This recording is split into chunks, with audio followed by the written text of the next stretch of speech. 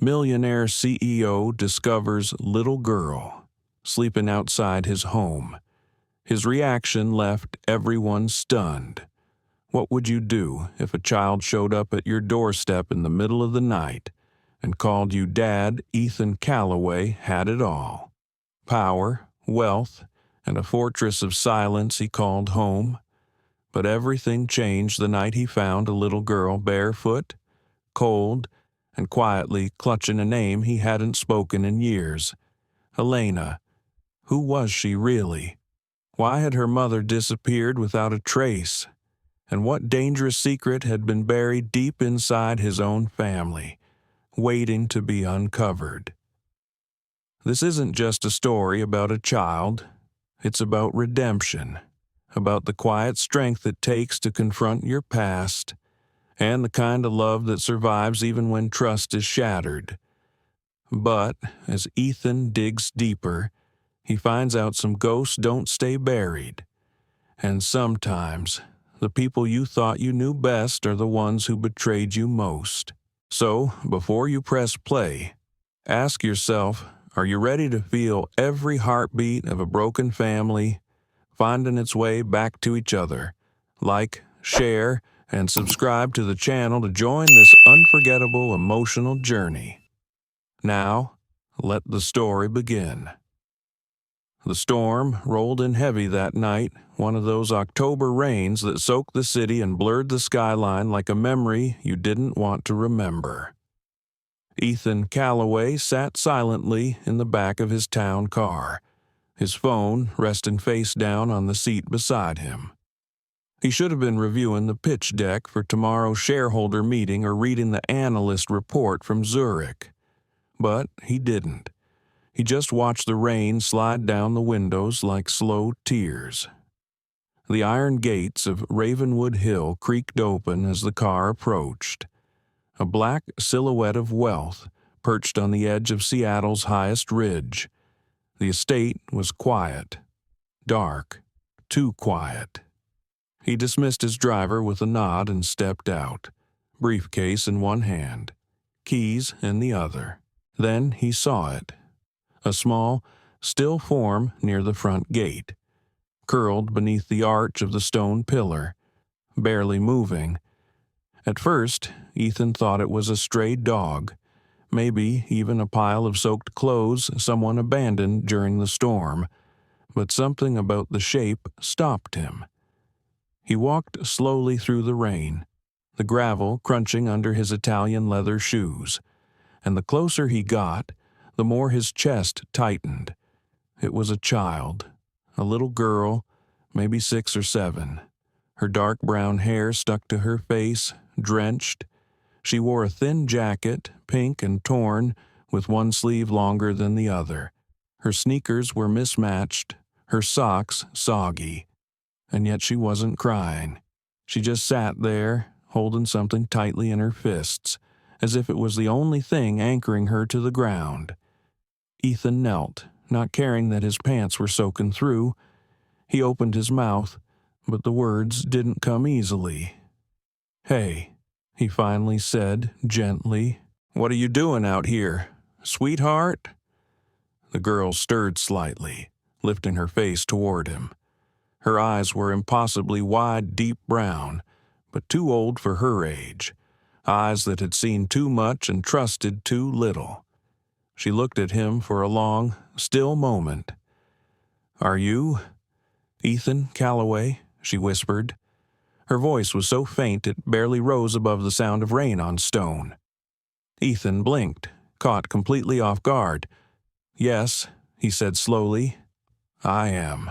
How do you know my name?" The girl didn't answer immediately. Instead, with small, trembling hands, she opened her fist and held out a water-stained photograph. Ethan took it. His hand shook the moment he saw her face. Elena.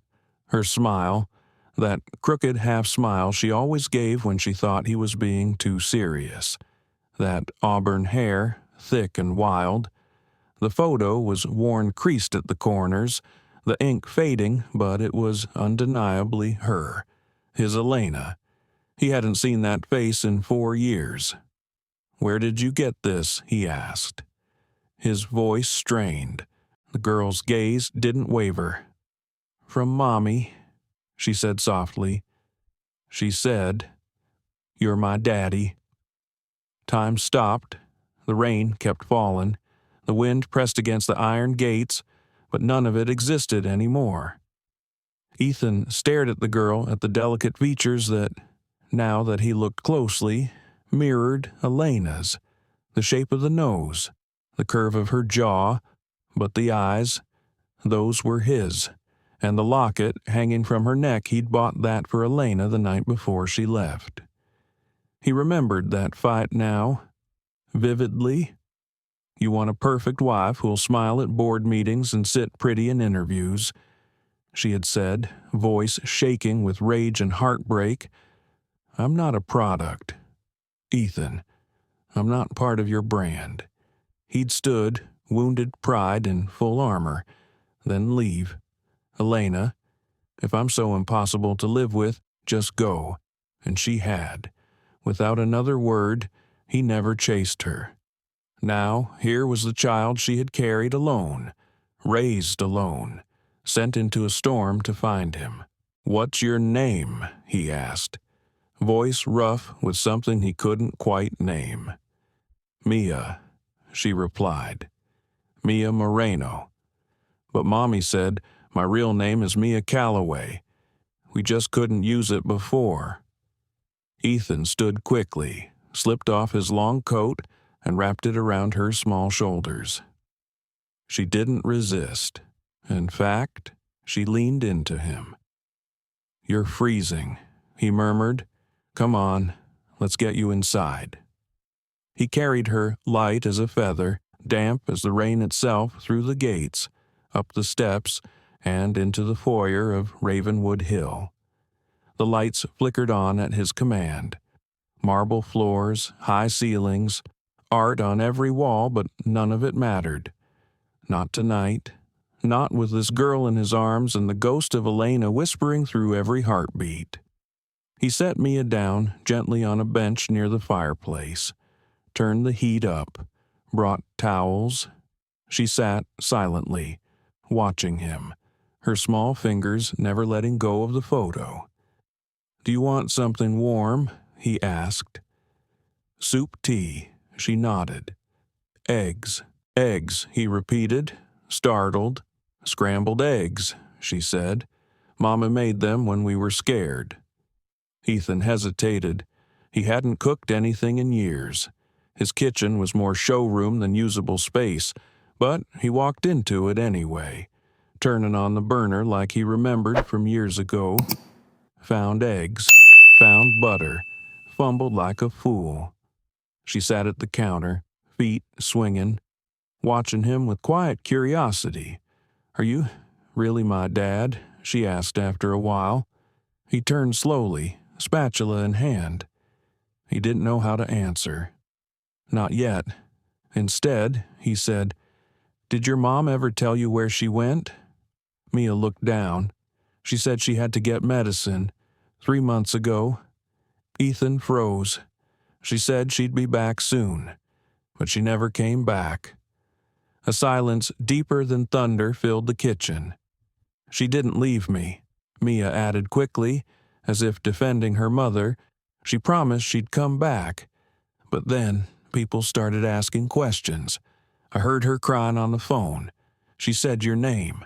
She said she should have told you everything." Ethan closed his eyes. His knuckles whitened around the panhandle. What had he done? What had he let happen by doing nothing? He placed the eggs in a small bowl, added a spoon, and set it in front of her. "You're safe now," he whispered. But even as he said it, he wasn't sure it was true. Not until he found out what had happened to Elena. Not until he knew who she was running from. The eggs were slightly overcooked. Ethan realized that as he watched Mia eat, carefully and methodically, as if each bite required permission, she didn't complain, though, didn't even flinch when she hit a crispy bit. She just kept eating, her small hands wrapped around the warm ceramic bowl like it was a lifeline. Ethan stood across from her, hands braced on the marble kitchen counter, unsure of what to say. The silence between them wasn't awkward exactly. It was weighty, like both of them were thinking too much, too fast, and afraid to say any of it aloud. Mia finally looked up. "Are you rich?" The question caught him off guard. He blinked, then gave a small, almost amused nod. "Yes," he admitted. "I suppose I am." She paused mid-bite. "Does being rich make you lonely?" Ethan's mouth opened slightly, but the answer didn't come right away. He'd been asked hundreds of questions in boardrooms about margins, expansions, market risk. Never one like this. He finally said, "Sometimes, especially when you don't have anyone to come home to." Mia seemed to think about that. She stirred her eggs around the bowl, then asked softly, "Did you love my mom?" His breath caught. "Yes," he said, without hesitation this time. "Very much." "Then why did she leave?" It wasn't an accusation, just a child's need to understand the strange pieces of her life. Ethan turned and leaned his back against the counter. He looked up at the ceiling, at the faint reflection of chandelier light bouncing off polished surfaces. Everything in his house was too clean, too quiet, too untouched. "We had a fight," he said slowly. "A big one. I said things I shouldn't have. She left because she thought it was the only way to protect herself, and maybe she was right. Did you try to find her?" He hesitated. "No," he admitted. Mia blinked, not judging, just listening, processing. He walked to the fridge and opened it, mostly out of habit. Bottled water, a single half-eaten sandwich, a container of protein powder, nothing a child would want. "I didn't know about you, Mia," he said finally. "If I had, I would have never let her disappear without answers." Mia set down her spoon, her appetite suddenly gone. "I waited for her, every day. I counted the raindrops on the window when I got scared. That helped sometimes." Ethan felt something twist inside his chest, a sharp, guilt-laced ache. "You don't have to count anymore," he said. "Not alone." He crouched in front of her.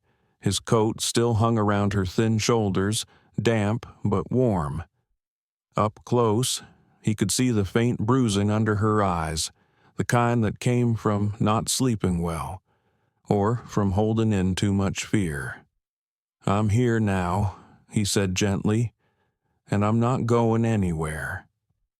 Mia didn't say anything, but for the first time, her body relaxed slightly. She leaned forward and rested her forehead against his shoulder for just a moment. It was enough.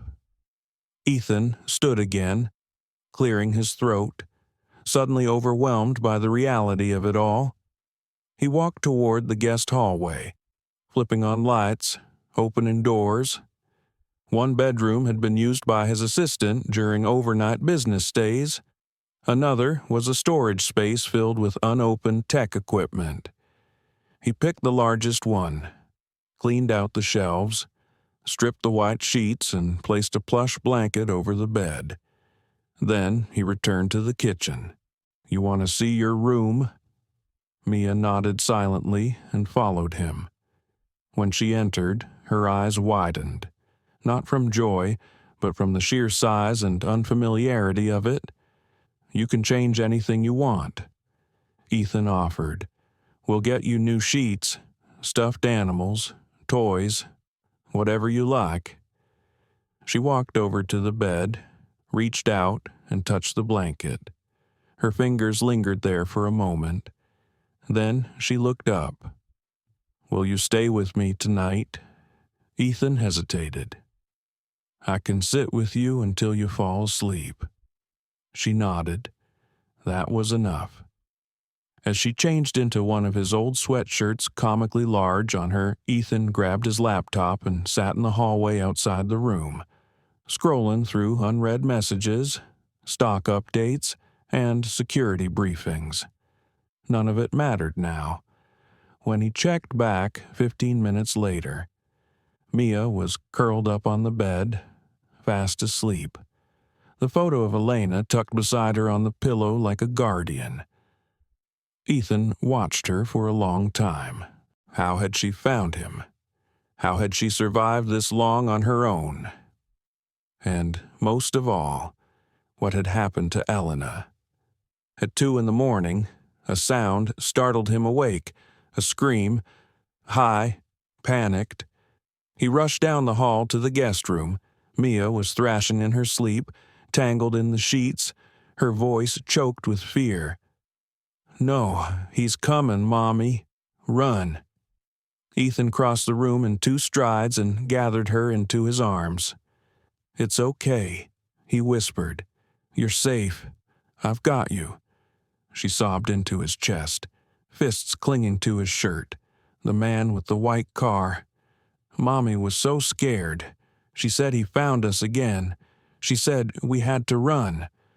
Ethan froze. What man? Mia. But she was already slipping back into sleep, her cries fading, her breath evening out. He stayed with her the rest of the night, eyes fixed on the shadows in the corners of the room, heart pounding. The next morning, after ensuring Mia was still asleep, he went to his private office and made a call. "Rain," he said when the line picked up. "Calloway." The voice answered, calm, sharp, professional. "It's been a while. I need to find someone. Name, Elena Moreno. She disappeared 3 months ago. I think someone may have been following her." There was a pause. "I'll take the case." As Ethan hung up, he looked toward the hallway. The house felt different now, still silent, still cold, but no longer empty. Not anymore. Ethan stood at the kitchen sink, the morning light pouring through the high windows in golden streaks, illuminating the marble like it had something to say. He wasn't sure how long he'd been standing there, hands braced on the counter, staring at nothing. He didn't hear Mia come in, only noticed her presence when a soft voice broke the silence. "Can I help make coffee?" He looked down. She was barefoot, wearing the same oversized sweatshirt, her dark hair falling over her shoulders like Elena's used to. She looked more rested today, less haunted. He nodded, stepping aside. "I don't have the kind with bears on the mug," he said softly, trying to remember what kids drank. "But I can pour you some hot cocoa." She smiled faintly. Mommy always put cinnamon in it, said it made scary mornings feel warmer. He turned to the cupboard, searching for cocoa mix. He didn't have cinnamon, but maybe later he could get some delivered. Her words had taken him somewhere else entirely. 4 years ago. It had started in autumn, just like now. Elena had been humming to herself in his apartment kitchen in Manhattan, barefoot on the cold tile, her paint-stained hoodie hanging off one shoulder. Her hair was up in a messy knot, a pencil stuck through it. "You're leaving dishes in the sink again," she teased, throwing him a glance over her shoulder. "And you're still refusing to let housekeeping in." He'd replied, sipping his coffee. "Because they always move my brushes," she'd countered, winking. They had been happy, in their messy, chaotic way. She painted late into the night. He worked until dawn, but somehow they met in the in-between hours sunrise coffee, midnight ramen, morning kisses with paint smudges on her cheek. It worked, until it didn't. Until the demands grew louder, until the press started calling her the elusive girlfriend of Ethan Calloway, until his board asked if she would be more presentable for the company's next fundraiser. He'd come home one evening and found her sitting on the floor, holding a newspaper with her face blurred out next to his. "They're treating me like a ghost," she'd said. He didn't answer, too tired to argue. "I'm not a prop, Ethan," she said the next night. "I'm not a talking point for your brand." "You think that's what this is?" he'd snapped, arms tight across his chest. "You think I'm using you?" "I think," she replied, her voice breaking. "You're afraid of anyone seeing the real you, and I'm part of that risk." He didn't deny it. He didn't stop her, either. She left the next morning with nothing but her backpack and her paint supplies. He hadn't even noticed the tiny box of vitamins she'd hidden in her coat pocket. The memory still burned, because even now, 4 years later, he remembered her hand grazing her stomach. A subtle gesture. He'd missed it entirely. Now, standing in his kitchen again, watching her daughter stir cocoa with careful hands, the shame resurfaced with razor edges. He had let her walk away. He had let Elena leave, and he hadn't chased her. Mia's voice pulled him back. "Why did you fight?" He looked down, startled. "I heard you thinking," she said softly. "Mommy said sometimes silence means someone's yelling inside their head." Ethan sat at the table and exhaled. "We didn't understand each other," he said after a moment. "I wanted to keep her safe, but I tried to do it by controlling everything. That made her feel trapped." Mia looked at him quietly. "Did she love you?" "I think so," he said, his voice low. "But love alone wasn't enough back then. Not with all the things I got wrong." She brought the cocoa to him. "I think you're different now." He felt the words in his throat but couldn't quite speak them. So he smiled instead, and she climbed onto the chair next to him. Later that morning, Rain Prescott called. "Got something for you," her voice said over speakerphone. "Elena Moreno. Last verified location was a shelter in Tacoma, 6 weeks ago. Checked in under the name Claire." Ethan stood in his home office, looking at the high shelves lined with awards and books he hadn't touched in years. "Did she leave anything behind?" "One drawing, a child's picture. Looked like a girl and a tall man with glasses. You." His chest tightened. "Where is she now?" "That's the problem. She vanished 3 days later. No forwarding record. Shelter says she was paranoid. Said someone had found her again. Someone." Rain hesitated. "She didn't name names, but she did ask if the shelter could mail a letter if anything happened. They never got to send it." "Can I get that letter? I'll have it delivered by courier. You'll have it tonight." Ethan hung up slowly. The shadows on the wall shifted with the afternoon sun.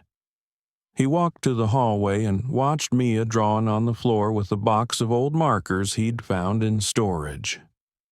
"What are you drawing?" She tilted the paper. It was a house, not like Ravenwood Hill, but smaller, simpler, with sunflowers. "Is this what you want our home to look like?" She nodded. "Somewhere normal." He didn't ask what normal meant. He already knew. Later that evening, while Mia was watching a nature documentary on the couch, the letter arrived. A plain, white envelope, creased at the corners. Her handwriting still the same, slanted and artistic. Ethan opened it carefully. "If someone is reading this, it means I couldn't come back. My name is Elena Moreno. I've been running for years with my daughter. I made mistakes. I was scared. I didn't want to believe he'd come after us. but I was wrong. If Ethan is still at Ravenwood, please get this to him. Mia is his daughter. He deserves to know.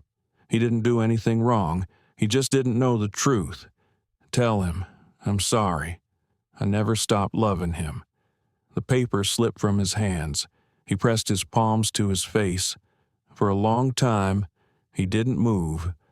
Outside, the wind rattled the windows. Leaves blew against the glass like fingers trying to claw their way in. Inside, Ethan felt something crack open. A gate, long locked. When Mia came in a few minutes later, he knelt down to her level, eye to eye. "Your mom wrote to me." Her eyes widened. "You mean she wanted you to find her?" He nodded. "She was scared. She thought someone was chasing her." Mia looked down. "I think it was the man in the white car." Ethan's chest clenched. "Did you see him?" "Once, in Portland. Mommy said we had to leave everything behind. Even my toys. She grabbed me and we ran out the back of the motel." He pulled her close and held her. She didn't cry. She didn't tremble. She just rested her head against his chest like it was the only safe place left. That night, as she fell asleep under new blankets in her room, Ethan stood at his window, staring into the darkness. He didn't know who had been following them, but he would find out, no matter what it took. The next morning began with quiet rain and the scent of cinnamon drifting through the kitchen. Ethan had made good on his promise. He ordered spices, child-safe cups, a new blanket, and a dozen picture books by breakfast. The estate's security team had also received new instructions, increased patrols, expanded perimeter scans. No one was to approach Ravenwood Hill without his direct approval. He'd lived for years behind locked gates and bulletproof windows, but none of it had ever felt like it mattered. Until now. Mia sat cross-legged on the kitchen island stool, drinking cocoa. Her fingers wrapped around the mug like she was storing warmth for later. She was still quiet, but he noticed a shift, subtle but important. She hummed while she drank, a low, tuneless murmur, the kind a child makes when they feel safe enough not to hide anymore. Ethan joined her, coffee in hand. The letter from Elena was folded in his pocket. He'd reread it at least 6 times in the middle of the night, turning over every word, every admission, every plea for protection. It haunted him in a way financial spreadsheets never could. "You said Mommy was at a shelter," Mia said softly, not looking up from her cup. He nodded. "In Tacoma. But she left. No one's seen her since." Mia was silent for a while. Then she said she had a list. Ethan raised his eyebrows. "What kind of list?" "Every time we left a place, she wrote down names, people who helped, places that were safe, and the ones that weren't." "Did she ever show you?" Mia shook her head. She said it was only for emergencies. He reached out, touching her arm gently. "Do you remember anything on it? Any names?" She scrunched her face in thought. There was a woman named Grace, and someone called Red. Mommy said Red owed her a favor. Where did she keep the list in her brown backpack, the one with the broken zipper? Ethan stood up. "Did you have that with you when you came here?"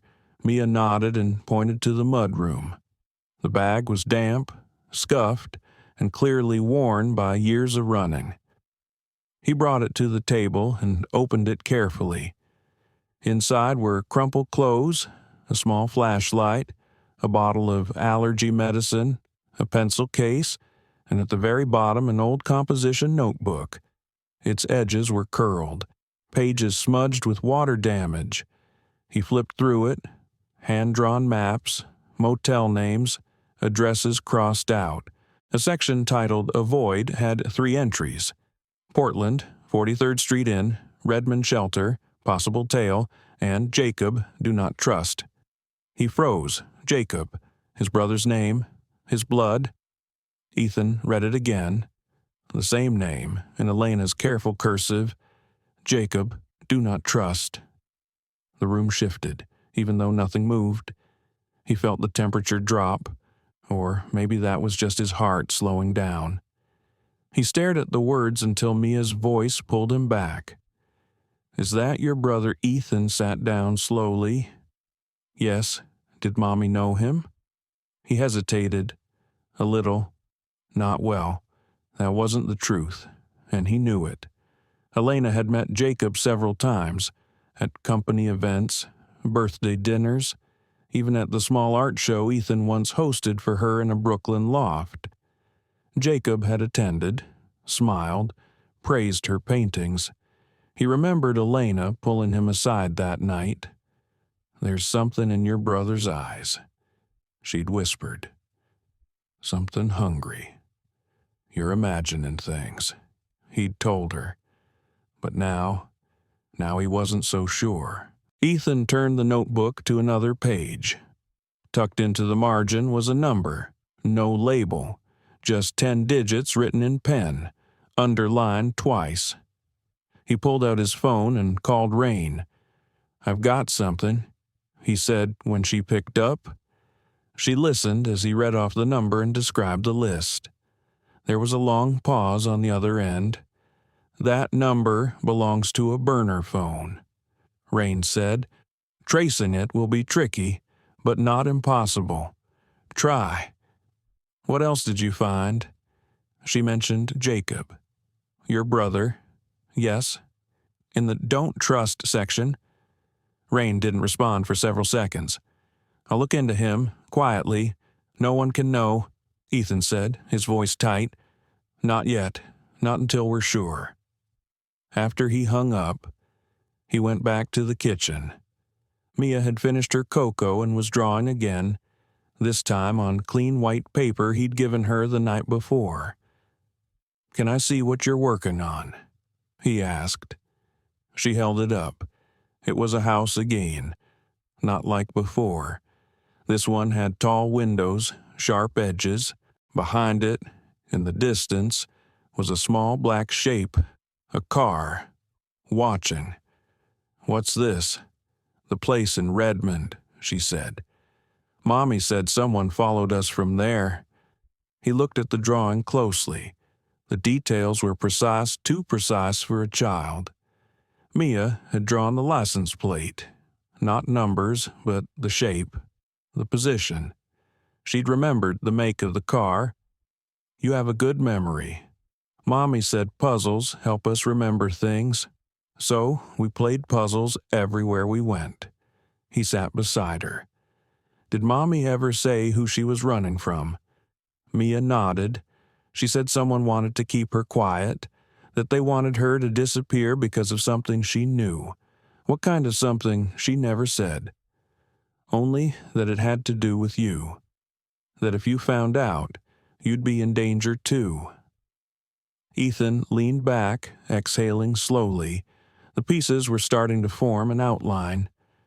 Elena had been hunted, possibly by someone close to him, someone with money, access, and motive. And she'd kept it all from him, not out of hatred, but fear. Fear for him. Fear for their daughter. He stood and turned to the large window facing the driveway. The security cameras scanned quietly. His guards were in place, but the threat wasn't out there. It might have been standing beside him at corporate dinners. That evening, Rain sent a photo. Surveillance footage from a gas station in Oregon, dated 4 months ago. Elena was in the frame, holding a payphone. Her eyes were wide, her hair tied back. Mia slept in a car behind her, and in the background, barely visible, was a man stepping out of a black car. Ethan zoomed in. He couldn't see the face clearly, But the posture was familiar. The suit, the stance, it looked like Jacob. His stomach dropped. The timestamp on the footage was 2 days before Elena vanished. He stared at the screen for a long time before closing his phone. He went to check on Mia. She was asleep again, curled under the new sunflower blanket. The drawing of the house lay on her nightstand. Ethan knelt beside her, brushed a stray hair from her cheek. He didn't whisper promises. Not this time. He'd already broken enough. Instead, he stood up, walked to his office, and opened the locked drawer where he kept every Calloway family file. He pulled out Jacob's name and started reading. The next morning, the rain had stopped, but the chill remained in the air. Ravenwood Hill stood in a kind of suspended stillness, the mist rising off the lawn like a dream refusing to fully lift. Ethan stood in the hallway outside Mia's room, listening to the soft hum of her voice. She was awake. He knocked gently, and when he opened the door, he found her sitting cross-legged on the bed with a brush in her hand and a frown on her face. "Mornin'," he said. "Hi," she murmured. "My hair's a mess." "It looks fine to me." "It's all tangled," she said, frustration blooming across her small face. "Mommy always did it. She made braids, too, like ropes. She said it helped us look like we belonged places." Ethan sat on the edge of the bed, unsure what to say. "Can you help me?" she asked. His chest tightened. He had closed billion-dollar mergers, managed crises across 3 continents, and faced hostile media storms without blinking. But nothing in his life had prepared him for this. "I can try," he said, reaching for the brush. He gently combed through the knots, Mia flinching once when the bristles caught near the base of her neck. "Sorry," he said quickly, "almost done. You have to be careful. Hair remembers." Ethan looked at her. "What you mean?" "Mommy said when something bad happens and you don't talk about it, your body still remembers, like in your hair or your hands." He paused, the weight of her words settling on him. "Your mom sounds very wise." "She is. She says fear can live in our bones if we don't let it out." He divided her hair as evenly as he could, watched a video on his phone discreetly. Braiding was harder than it looked. His fingers fumbled, his lines weren't straight. But after 20 minutes, there were 2 slightly uneven but recognizable braids trailing down Mia's shoulders. He tied them off with small elastic bands he found in a drawer and handed her a mirror. Mia gasped with a smile. "It's perfect. It's definitely something." Ethan chuckled. She turned and hugged him without warning, wrapping her arms around his waist and pressing her cheek into his side. "You're getting good at dad things." He froze. The title caught him off guard, but he placed a hand on her back, steady and quiet. "Thank you," he said. Later that afternoon, Ethan cleared out an old room on the first floor and transformed it into something more child-friendly. He moved in a small table, shelves for books, and ordered paints and puzzles and clay. He wanted her to feel like this wasn't just a stop along the way. He wanted her to believe this was home. While Mia colored at the table, he stepped into his study and called Rain. "You were right," she said before he could speak. "Jacob's name keeps showing up, quietly, but there. How? Transfers from shell accounts, security logs at places Elena stayed, most of it scrubbed, but not well enough. Are you saying he was following her?" "I'm saying he paid people to follow her, and he didn't stop." Ethan felt the cold creep in again. "Why, Rain hesitated. He didn't like being second. He's always hated that, Ethan muttered. Our father never let him forget it. Maybe he thought chasing her would make him feel like he finally won something. She never loved him. Doesn't mean he accepted that. After he ended the call, Ethan went back to Mia's room. She was working on another drawing, her head tilted slightly, her tongue poking out in concentration.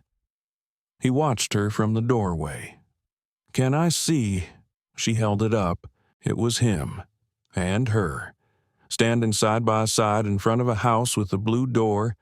He looked taller than usual, protective. His arms were drawn wide like wings. "You made me look very tall. You are tall. And happy," he added. She nodded. "You smile more now." He sat beside her. "You help with that." Mia flipped to a new page and began drawing again, faster this time. The lines were darker, sharper. A car, a long road, a shadow in the background. "What's that one?" "One time, in Albuquerque, Mommy saw a man across the street and grabbed me. She said we had to go. She said he'd found us again." Ethan leaned closer. "Did she say who he was?" "No, but she was crying when we left." The doorbell rang. He stood quickly. The sound startled both of them. Mia's eyes widened. "Stay here," he said gently. At the front door, one of his security guards stood with a delivery envelope, a letter from a contact in Phoenix. He signed for it and returned to the study. Inside was a printed police report. 6 months earlier, Elena had filed a complaint against an unknown man for repeated loitering near a women's shelter. Description: male, mid-30s, clean cut, dark hair, navy suit. The guard on duty had chased him off, but the man was never caught. The report included a crude sketch, not much detail. But Ethan recognized the outline of the jaw. Jacob. He held the paper in his hands, trying to reconcile the image with the man who had stood beside him in every family photo, who had toasted him at company galas, who had sat beside their mother's deathbed whispering promises of unity. But that Jacob had been a mask, and Ethan wasn't going to let him hurt anyone ever again. He went back to Mia, who had fallen asleep with the crayon still in her hand. Her latest drawing lay on the table, a garden this time, full of yellow flowers, a swing hanging from a tree. He smiled softly and lifted her into his arms, carrying her to her bedroom. She stirred, but didn't wake. As he tucked her in, she murmured, "Mommy said the scary man had eyes like yours, but colder." Ethan froze. "Like mine." She nodded sleepily.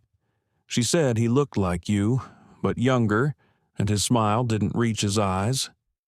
Ethan sat by her bed for a long time after she drifted off, staring at the ceiling, the weight of everything pressing down on him. He pulled out his phone and opened his brother's contact. He didn't press call, not yet, but soon. Very soon. Ethan stood alone in his office, staring out the massive windows that overlooked the city skyline.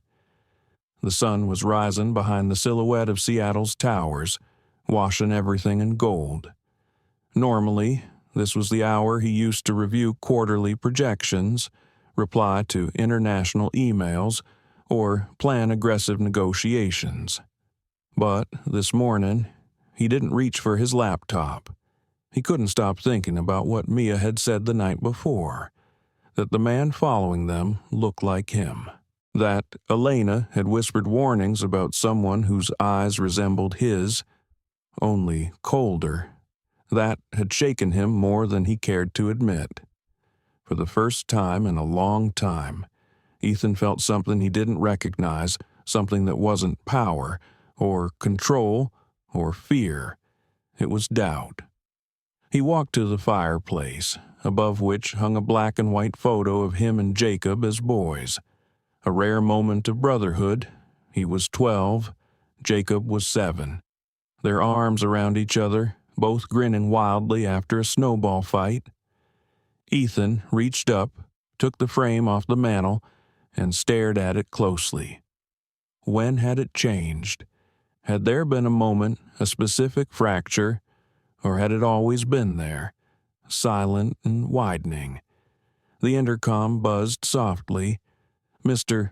Calloway," said the head of security, "your brother's downstairs." Ethan didn't move at first. Then he said, "Send him up." The seconds ticked by too slowly. When the elevator doors finally opened, Jacob stepped into the study with that same easy smile he always wore. Charismatic, confident, well-dressed, a navy blue blazer, crisp shirt, no tie. He looked every bit the successful younger brother of a tech giant. "I heard the strangest thing," Jacob said, walking past Ethan to pour himself a drink from the sideboard. "Word is, you've got a child staying here." Ethan didn't speak. Jacob turned, swirling the glass of bourbon. Did Elena finally come crawling back? The casual venom in his voice made Ethan's jaw tighten. "She didn't come back," Ethan said. "She disappeared 3 months ago." Jacob took a sip. How tragic. She left a child behind, alone, scared. "She told the girl to find me." Jacob raised his eyebrows. "And did she?" "She did." Jacob walked over to the window. "You always did attract broken women." Ethan's voice dropped. "Careful. I'm just saying," Jacob replied. "You bring in strays, then wonder why they run off." There it was, that flicker, the momentary flash of something twisted just beneath his polished exterior. Ethan saw it, a crack in the surface. "Did you follow her?" Ethan asked. Jacob smiled, but it didn't reach his eyes. "Follow who you know who." Jacob took another slow sip, savoring the silence. Ethan stepped closer. "Did you pay investigators to track her?" "I have many business interests," Jacob said calmly. "Some of them require surveillance. Some of them require discretion. She said someone was hunting her, a man in a suit, a car with tinted windows." Jacob didn't flinch. "She said he looked like me," Ethan added. Now Jacob's smile faded. "She was paranoid." "No," Ethan said. "She was right." Jacob chuckled, shaking his head. "So what now? Big brother. You think I'm some kind of stalker? I think you've been jealous your whole life? Of me. Of everything I built. Jealous." Jacob barked a laugh. "You think this is about your precious empire? I think it's about Elena." Jacob's face shifted. For a second, just one, something sharp and raw surfaced. A look of longing, of bitterness. Then it vanished. "She was never meant for you," Jacob said, quiet now. "She was wasted on your cold little world." Ethan stared at him. "I know what you did," he said finally, "and I'm going to prove it." Jacob set the glass down slowly. "You should be careful with your accusations," he said. "This could ruin a lot more than just a brotherly bond." Ethan didn't reply. He watched Jacob leave the room, footsteps echoing like a closing door in his childhood home. When the elevator shut, Ethan let out a slow breath. He had what he needed. He walked down the hall, past the echoing silence of the mansion's lower floors, until he reached the back patio. There, in the early morning light, Mia sat on the swing he'd had installed 3 days ago. Her legs kicked gently, her braids bouncing with each motion. He walked over and sat on the step nearby. "Your hair still holding up?" he asked. She nodded. "You did good." He smiled. What are you thinking about?" She didn't answer right away. Mommy said sometimes people we trust can hurt us the most. Ethan looked out across the mist-covered lawn. "She's right."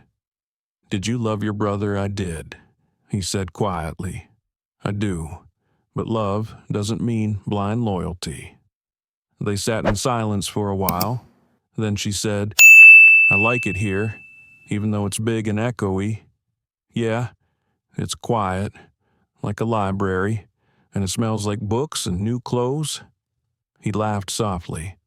"That's the cologne of rich men who don't cook." She giggled, then turned serious. "Do you think Mommy's okay?" Ethan looked at her. "I hope so. She's strong, stronger than anyone I know." He nodded. "I'm trying to be strong, too." "You are," she said, hopping off the swing and walking to him. "You're trying. That's what matters." She hugged him. He closed his eyes and held her tightly. Later that day, Ethan made a call to Rain. "I need everything you can find on Jacob's offshore accounts, private investigators, travel logs. I don't care what it costs. I'm already on it," she said. "And Ethan." "Yeah, I think she was coming back to you. Elena." The last letter she left, it wasn't just a goodbye. She was heading to Seattle. Ethan's heart pounded. "Then I'm going to find her. I believe you." He hung up and turned back to the house. From now on, everything else could wait. The quarterly reports, the board votes, the legacy. None of it mattered until his family was whole. None of it mattered until Mia's mother came home. The days passed quietly at Ravenwood Hill. Too quietly. Ethan had added more security, a second surveillance team, a nightly perimeter sweep. He told himself it was precaution. Truthfully, it was fear. Fear that whoever had chased Elena might still be watching. Fear that Jacob wasn't done. But inside the house, something else was growing. Mia had started leaving her door open at night, not out of fear, but trust. She began talking more at breakfast, asking questions about his childhood, his parents, his job. She asked if he ever wanted to be something other than a businessman. He smiled when she asked that. "I wanted to be a firefighter when I was your age," he told her over cereal one morning. She grinned. "Why didn't you?" He thought for a second. "I got busy trying to make other people proud." "Were you happy?" "No," he said honestly. "Not really." She nodded, like she understood more than most adults ever could. "Mommy says people forget to ask themselves what they want because the world's always shouting at them." He studied her face, the quiet wisdom in her eyes. "Your mother sounds like someone I should have listened to more." Later that afternoon, he received a message from Rain, a file, unmarked, encrypted. He waited until Mia was napping before opening it on his private laptop. There were receipts, hotel bookings, transfer records, and then photographs. One from 2 years ago. Elena standing on a train platform in California. Another from a market in Utah. Mia holding her hand tightly, both wearing sunglasses, blending in. Each photo felt like a ghost touching his skin. But it was the final image that made his throat close. Elena at a payphone in Idaho. Her eyes were wide, not scared, determined. Behind her, partially obscured by a truck, was Jacob's car. Ethan leaned back in his chair, rubbing his face. It was no longer a suspicion. It was fact. His brother had followed her across the country, and Ethan hadn't seen it, hadn't known. He closed the laptop and walked out onto the back terrace. The garden behind the estate was blooming. Yellow sunflowers, just like in Mia's drawings, reached toward the light. She was already there, kneeling in the dirt, hands covered in soil, replanting a drooping flower. "You're not supposed to be this far out," he said gently. "I wanted to help it," she replied, looking up. The flower. It was falling over. He knelt beside her. "You're good at noticing things other people miss. Mommy said it's because I listen with more than my ears." He smiled. "She taught you a lot. She taught me everything." They sat together in the garden, their hands dirty, the sun dipping behind the trees. It was one of the first moments in Ethan's life where time didn't feel like a currency being spent. It simply was. But even in the peace, a question tugged at him. "Mia," he said softly, "did your mom ever say where she was going?" If something happened, Mia thought hard. She mentioned a friend in Montana, a woman who ran a farm. She said it was the last place no one would think to look. Did she give a name just Grace? That matched what Mia had said before. He filed it away, determined to follow that trail next. Back inside, while Mia cleaned up, Ethan returned to his study. There, he placed a call to Rain. "Find me everything on a woman named Grace, connected to Elena, somewhere in Montana. I'll dig," Rain promised. "And Ethan, there's something else. When I traced the burner number from Elena's notebook, it pinged a tower yesterday near Bainbridge Island. That's 30 minutes from here. Closer than you want to believe." Ethan's hand clenched into a fist. "Keep eyes on it. If it pings again, I want to know within seconds." He hung up and paced. There was no way Jacob didn't know where Mia was. Not if he was already circling. The thought made his skin crawl. That night, after dinner, Mia brought him a folded note. "From Mommy," she said quietly. "I found it in the lining of my old coat. I forgot it was there." Ethan opened it slowly, hands trembling. It was short, written in a rush. "If anything happens to me, Ethan, I'm sorry. I was trying to protect you from the truth. From him. Mia is the only good thing I've ever done. Don't let him find her. Don't let him twist her world the way he twisted mine. Trust no one but your heart. I never stopped loving you. Elena." He read it twice, then a third time. Mia sat next to him on the couch, watching his face. He handed it to her. "Do you want to keep this?" She nodded, clutching it carefully. "I miss her voice." "So do I." Mia leaned her head on his arm. "Do you think we'll find her?" He didn't answer right away. Then he whispered, "I'll search the whole country if I have to."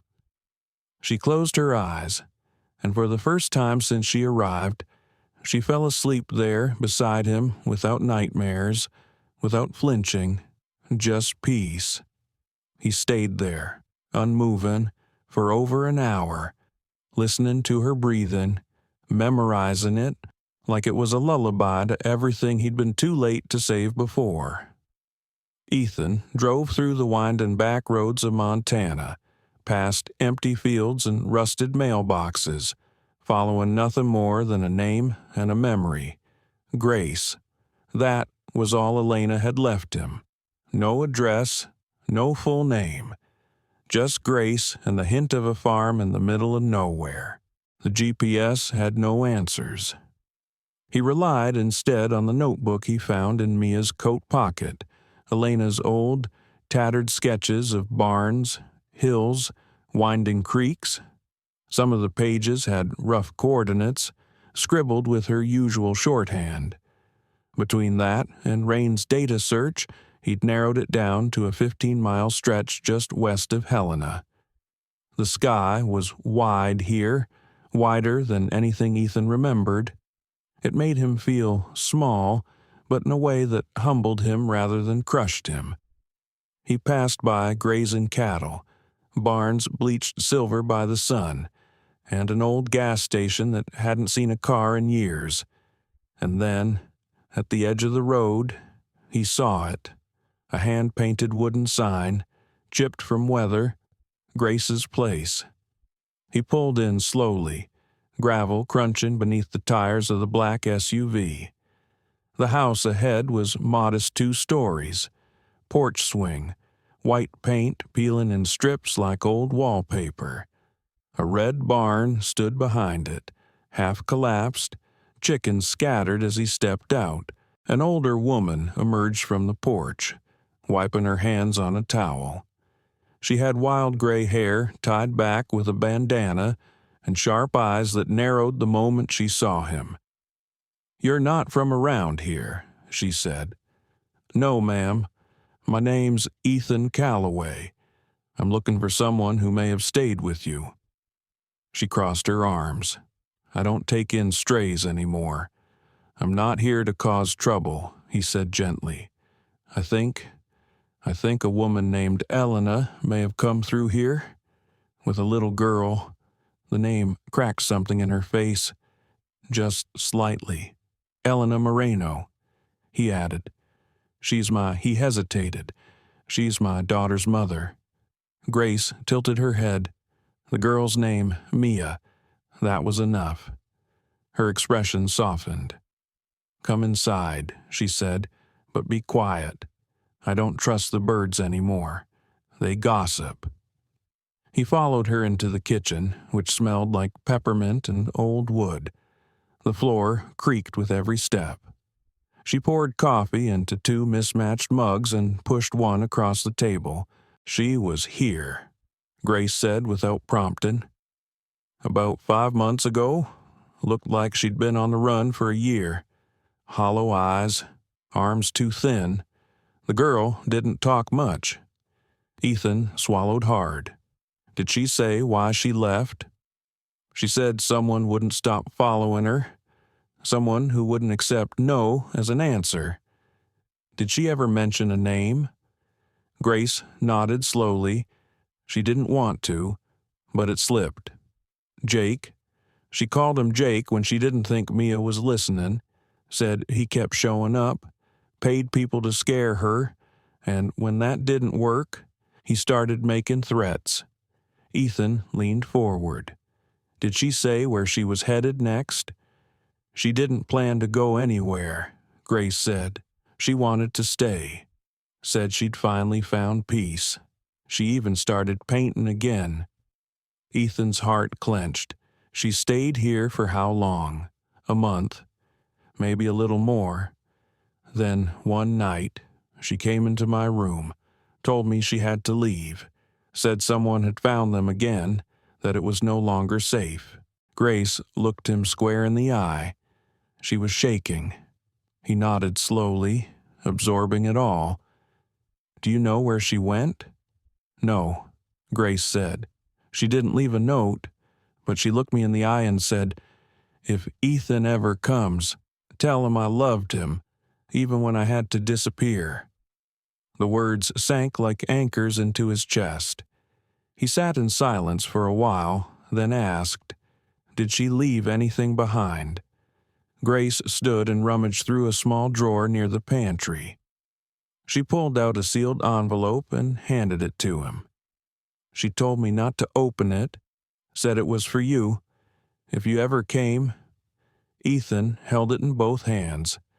Back at Ravenwood Hill, the rain had returned. Mia sat in the living room with a large book open in front of her. It was a children's atlas, filled with bright illustrations and maps. She was tracing her finger across Montana, following the path she thought her mom had taken. Beside her sat Beatrice, the estate's housekeeper, watching with gentle eyes. Beatrice had worked for Ethan's family for over 20 years. She had raised Ethan when his mother was too busy grieving and his father too busy building empires. "You think he'll find her?" Mia asked. Beatrice reached over and tucked a strand of hair behind the girl's ear. "If anyone can, it's your father." Mia looked up. He's really trying. He always tries. The problem is, he never let anyone see when he was hurting. But you, she paused. You're changing that. Outside, a dark car rolled past the main gate. It didn't stop, but the cameras caught it. Black sedan, tinted windows, inside. One of the security guards made a call. Ethan's phone buzzed in Montana. He answered immediately. Sir, we had a pass-by. Same vehicle, same plate, same model.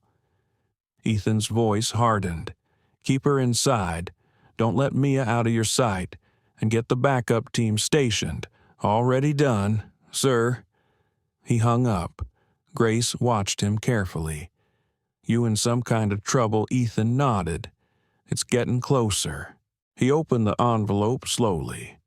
Inside was a small canvas. A painting. Elena's brushstrokes were unmistakable.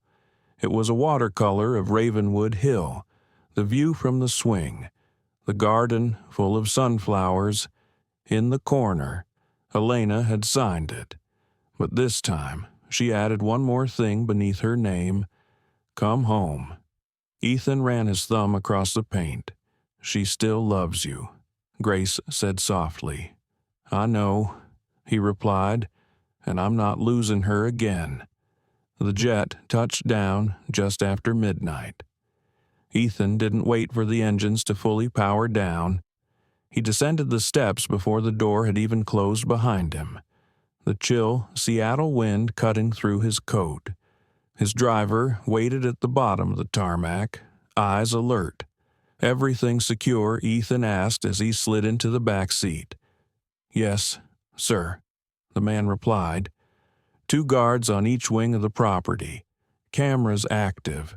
Beatrice hasn't let Mia out of her sight. Good. He stared out the window as the car sped through the sleeping city. The streets were quiet, soaked in silver reflections. But Ethan's mind was a war zone. Grace's words echoed in his ears. Elena had been terrified, and someone had flushed her out again. He gripped the edge of the seat. He'd let it go on too long. When they reached Ravenwood Hill, floodlights illuminated the gate, casting hard shadows on the gravel. The house looked peaceful, safe, but Ethan knew better. Inside, he found Beatrice waiting in the foyer. She's asleep, she whispered. Asked for you before she closed her eyes. Ethan nodded, pulled off his coat, and went straight upstairs. He paused at Mia's door. It was open. She was curled up on the left side of the bed, hugging the pillow the way children do when they need something solid to hold on to. The stuffed fox beside her, the one Ethan had brought from Montana, was tucked under her chin. He stood there for a long moment, the soft rhythm of her breathing grounding him. Then he went downstairs and into his study. Ron's call came 10 minutes later. I've been watching Jacob's movements for the past week, she said. He's not trying to hide anymore, meaning his private jet filed a flight plan, Seattle, tomorrow. Ethan didn't react. Under his name, no, but the tail number matches one of his shell companies. He's coming. Yes, Rain said, and I don't think it's to talk. Ethan leaned back in his chair. Do you have the files, all of them? Every payment, every fake ID, every address he visited. There's enough to indict him 3 times over. Send them to my legal team, and make sure a copy goes to the Attorney General's office. Already done. And the other thing, Rain hesitated. Are you sure you want this recorded? I want it public. You're putting everything at risk. No, he said. I'm protecting what matters. After the call, Ethan walked into the guest room where he had hidden Elena's painting. He pulled it from its cloth wrap, studying the brushstrokes again. Ravenwood Hill, the garden, the swing. Come home, she had written. He placed it gently against the wall and sat on the edge of the bed. His thoughts swirled of her voice, her laughter, the way her fingers brushed paint onto canvas as if they were stitching beauty back into the world, and of Mia, who had come into his life like a note from a song he thought he'd forgotten. He thought of what Jacob had said. She was never meant for you. He used to believe that maybe Jacob was right. Not anymore. The next morning broke with low fog and frost-covered glass. Mia found him in the kitchen, still wearing the same clothes from the night before. "You didn't sleep," she said. He smiled faintly. "Too much to think about." "Like what?" "Like how to keep promises." She sat across from him, folding her hands like she'd seen adults do in serious conversations. "Mommy always said we couldn't control what happened to us, only how we answered. She sounds smarter every time you quote her." Mia tilted her head. "Are we safe here?" Ethan didn't lie. "Right now, yes. But that might change." Her eyes didn't waver. "You'll protect us." It wasn't a question. It was belief. Later that morning, he took her to the art room he'd prepared but never shown her. Inside were blank canvases, watercolors, charcoal pencils. A full wall of natural light streamed in through glass doors. Mia lit up. "I thought you might like this," he said. "I love it," she whispered. She chose a canvas immediately, dipped her brush into yellow, then green, then blue. She painted quietly, her whole body focused. Ethan sat nearby, watching her, memorizing this moment of peace. Then the call came. "Security." "Sir, we have a visual. Jacob just passed the second gate. How long until he's at the door?" 3 minutes. Ethan stood, kissed the top of Mia's head. "I need you to stay in this room," he said calmly. "No matter what. Lock the door behind me." She looked up, alarmed. "Why?" "Because sometimes we need to be brave, in silence." She nodded, fear flashing in her eyes, but trust deeper still. He closed the door behind him and turned the key from outside. In the foyer, Jacob was already stepping through, escorted by 2 security guards who looked uncomfortable even touching him. He wore black this time, a crisp suit, no tie. His hands were empty. "You always did like drama," Jacob said. "You always did like pretending you belonged here." Jacob walked further in, letting his eyes roam. "You know, it used to be our house, too. We both grew up here. Ethan didn't move. You came here to scare me." Jacob smirked. "I came to remind you who you are, what we were made for. You think you can erase me with a daughter and a few paintbrushes? You were made for power," Ethan said, "but you chose fear, control, obsession." Jacob's eyes flickered. "You were always the favorite, but I was always the one watching. You watched her, hunted her." Jacob's smile twisted, "and you still couldn't keep her." Ethan stepped forward. "I have what you never will. A child who looks me in the eye and knows I would die before letting her be hurt. You think this ends with a moral victory? That little girl upstairs? She's a liability, a crack in your empire." Sooner or later, Ethan cut him off. "You're done talking." Behind him, the security team re-entered the foyer. They held a sealed folder. "Documents have been sent to federal prosecutors," Ethan said. "You're under investigation for stalking, fraud, for threatening a minor." Jacob's jaw tensed. "And the best part," Ethan continued, "this house, the one you grew up in, it was signed into a trust. Mia's trust. Effective immediately." "You're bluffing." "I never bluff." Jacob lunged, but the guards grabbed him before he reached Ethan. His eyes burned with rage, like a storm swallowed by its own thunder. "I'll ruin you," he hissed as they pulled him away. "You already tried," Ethan said, "but you came for the wrong people." When the doors slammed shut behind Jacob, the house seemed to breathe again. Ethan walked back upstairs, unlocked the art room, and stepped inside. Mia looked up from her painting. She had drawn a tree.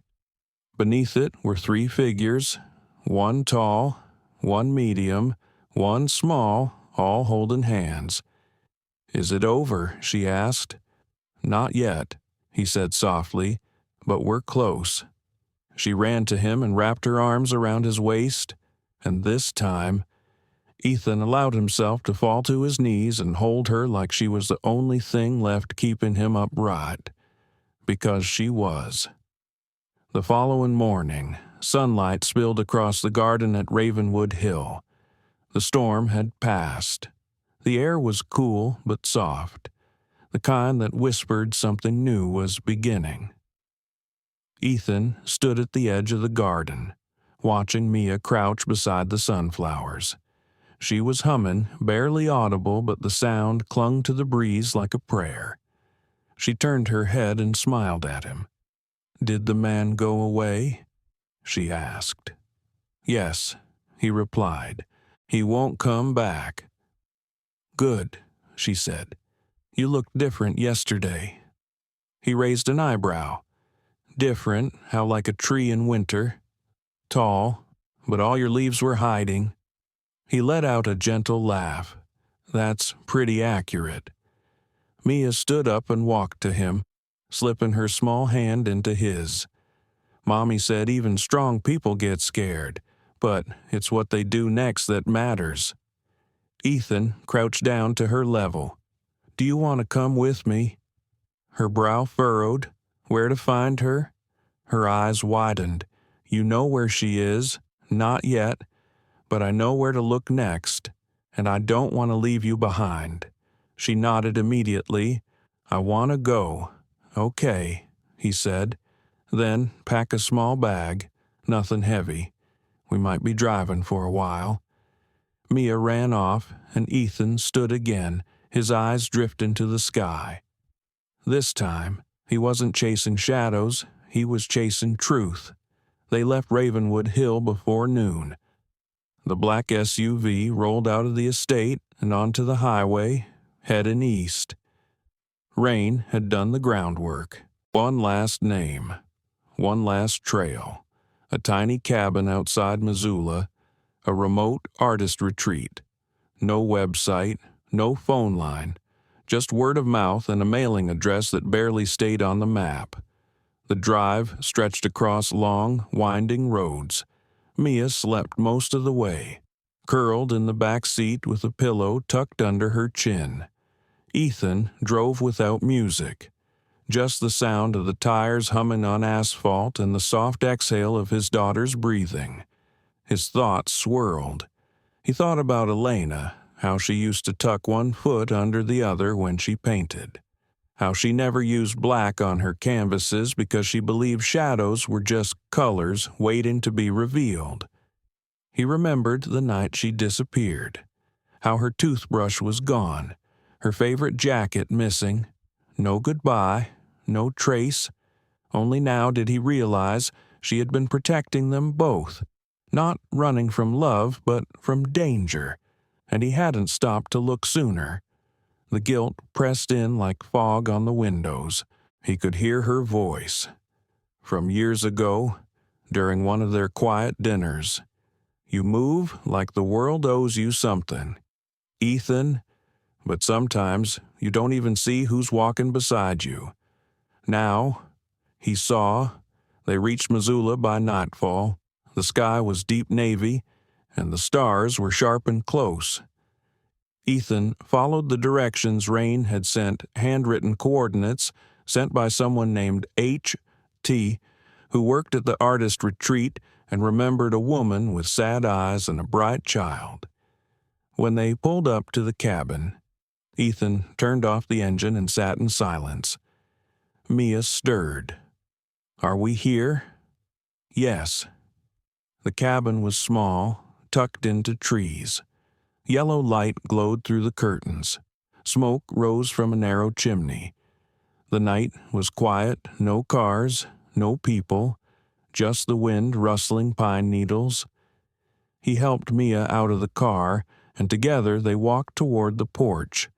The wood creaked beneath their feet.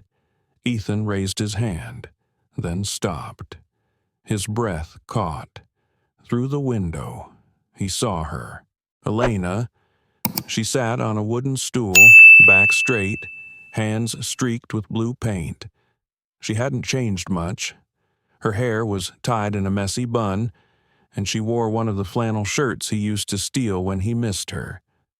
She was painting fast and focused, lost in a rhythm only she could hear. Mia pressed her face to the glass.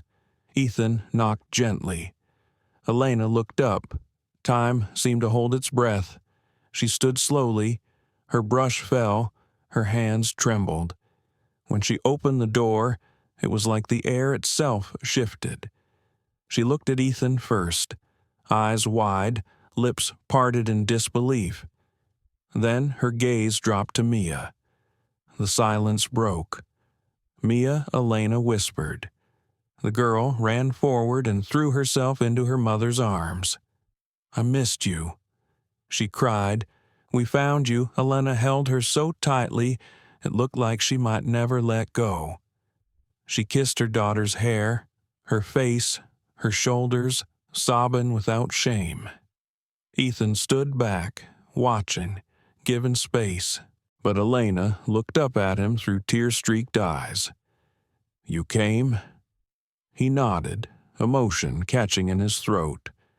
"I didn't think you'd ever want to see me again," she whispered. "I never stopped wanting to." She stepped toward him slowly, still holding Mia, who wrapped an arm around each of them like a tiny bridge stitching them together. "I thought I was protecting you," Elena said. "You were," Ethan replied. "But now it's my turn." They went inside together. The cabin was warm and small. The walls were covered in unfinished canvases, sunsets, oceans, gardens full of yellow blooms. The floor was scattered with brushes and open journals. It felt lived in, real.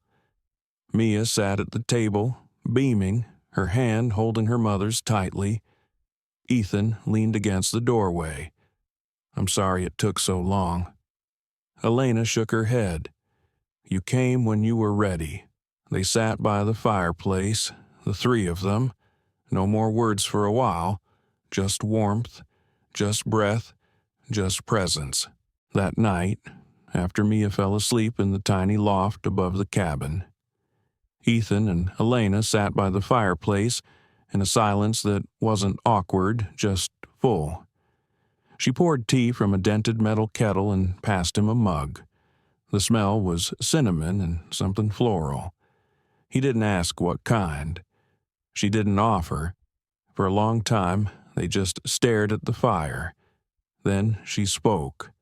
"I used to imagine this moment," she said. "You finding us, showing up out of nowhere." "Did I say the right thing?" he asked quietly. "You said enough," she replied. He nodded. Her eyes lingered on the flames. "You look tired. So do you. That's because I am." She sipped her tea. "Hiding is exhausting. You never sleep right. You forget how to speak like a regular person. You learn to smile in ways that make you invisible." Ethan's hands curled around the mug. "You shouldn't have had to." "I know," she said, "but I did." He looked over at her. "I thought you left because of me." She turned her head, startled. "You thought?" That he nodded slowly. "I figured I failed you somehow. That maybe you looked around and realized I was just a man in a suit.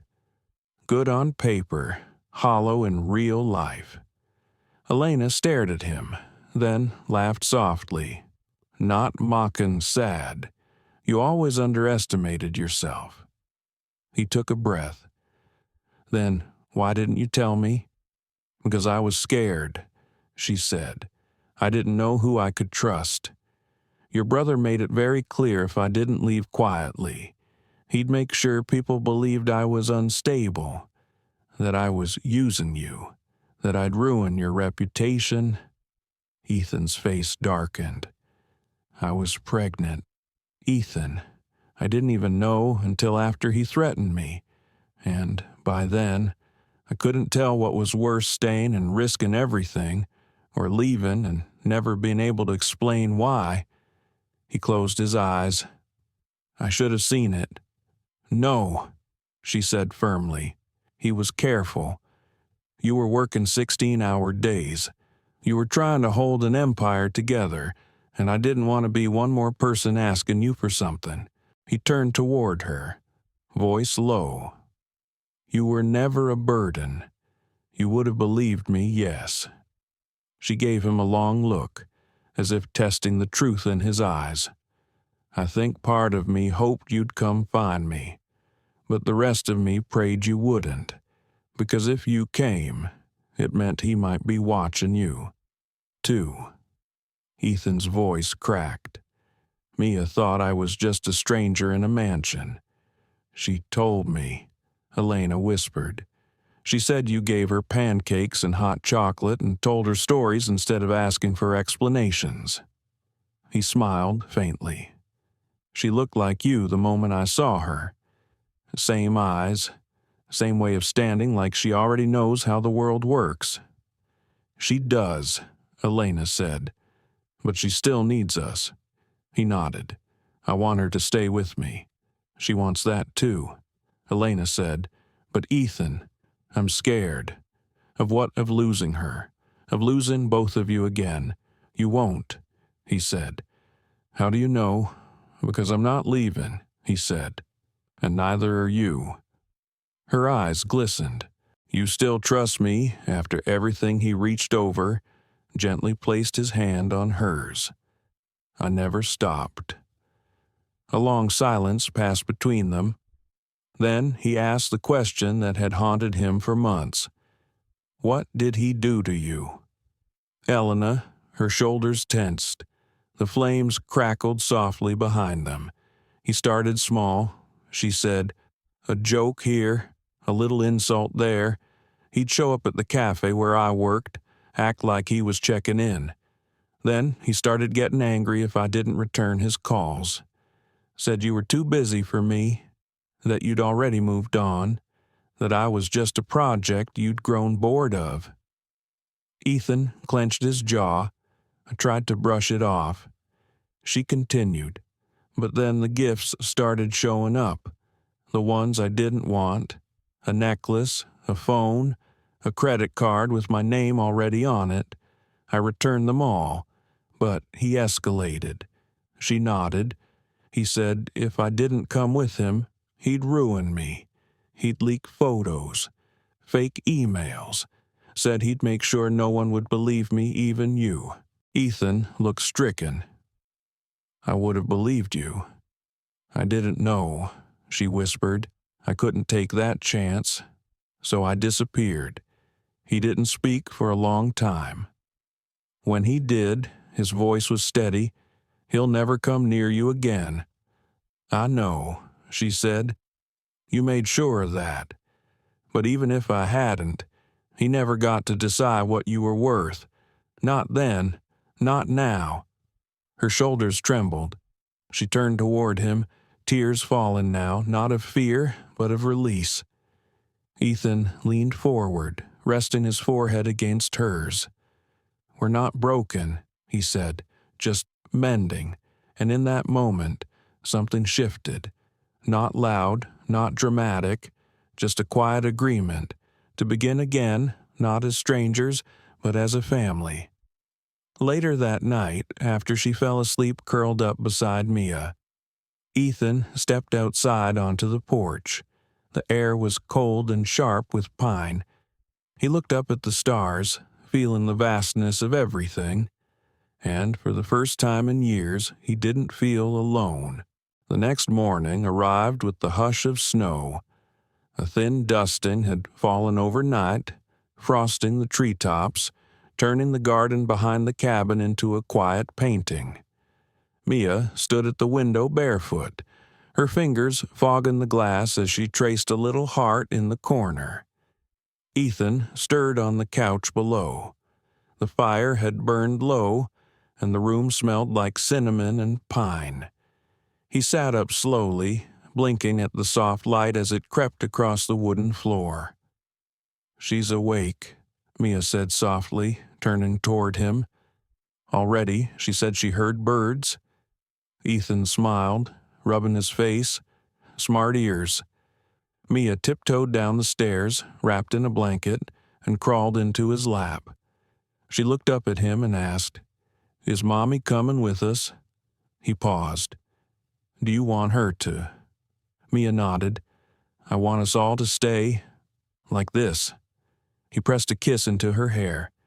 "Then we'll make that happen."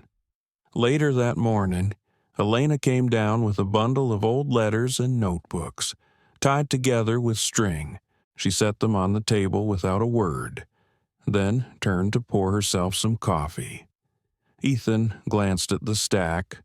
She didn't explain. She didn't need to. "Old ghosts?" he asked. She nodded. "Sketches. Letters I never sent. Lists of places I thought we'd settle, but didn't." He reached out, untied the string, and lifted a page near the top. It was a drawing of Mia's face, surrounded by floating sunflowers. The caption read, "She deserves more than running." Elena spoke quietly from the stove. Every time I almost stopped, I remembered what he said, that I wasn't enough, that one day she'd hate me for leaving you. Ethan looked up. "Do you believe that now?" "No," she said, "but I did for a long time." He got up, walked over, and handed her the drawing. "She doesn't hate you. She paints because of you. She notices things because of you. She forgives like you." Elena turned, searching his face. "And you? I never needed an apology." He said, "I just needed the truth." They stood like that for a long moment. Outside, the snow thickened. They spent the day packing up the cabin carefully, without urgency. There was no sense of escape this time, no desperation, just decision. Mia helped roll up canvases and pack Elena's brushes. She insisted on wrapping each one in cloth so they'd feel safe. By afternoon, the SUV was loaded. The air smelled of cold pine and memory. Elena lingered on the porch, one hand touching the wood beam like it was a friend. "This place saved me," she whispered. Ethan came up behind her. Then it did its job. She turned toward him. "Are you sure about this?" He nodded. "Come home." Her eyes flickered with something uncertain. "But what if we can't go back to how it was?" "We won't," he said. "We'll build something new. Not rushed, not perfect, just real." She exhaled. "That sounds terrifying." "And good." He added. They got into the car. Mia was already humming to herself in the back, flipping through a sketchbook filled with half-finished drawings. She looked up as they pulled away. "Can we plant sunflowers when we get home?" "Yes," Elena said, glancing at Ethan. "We'll make a whole garden." The drive back felt different. No tension, no silence heavy with unsaid things. Just soft music on the radio, the occasional burst of Mia's questions, and the warmth of three people no longer circling the same wound.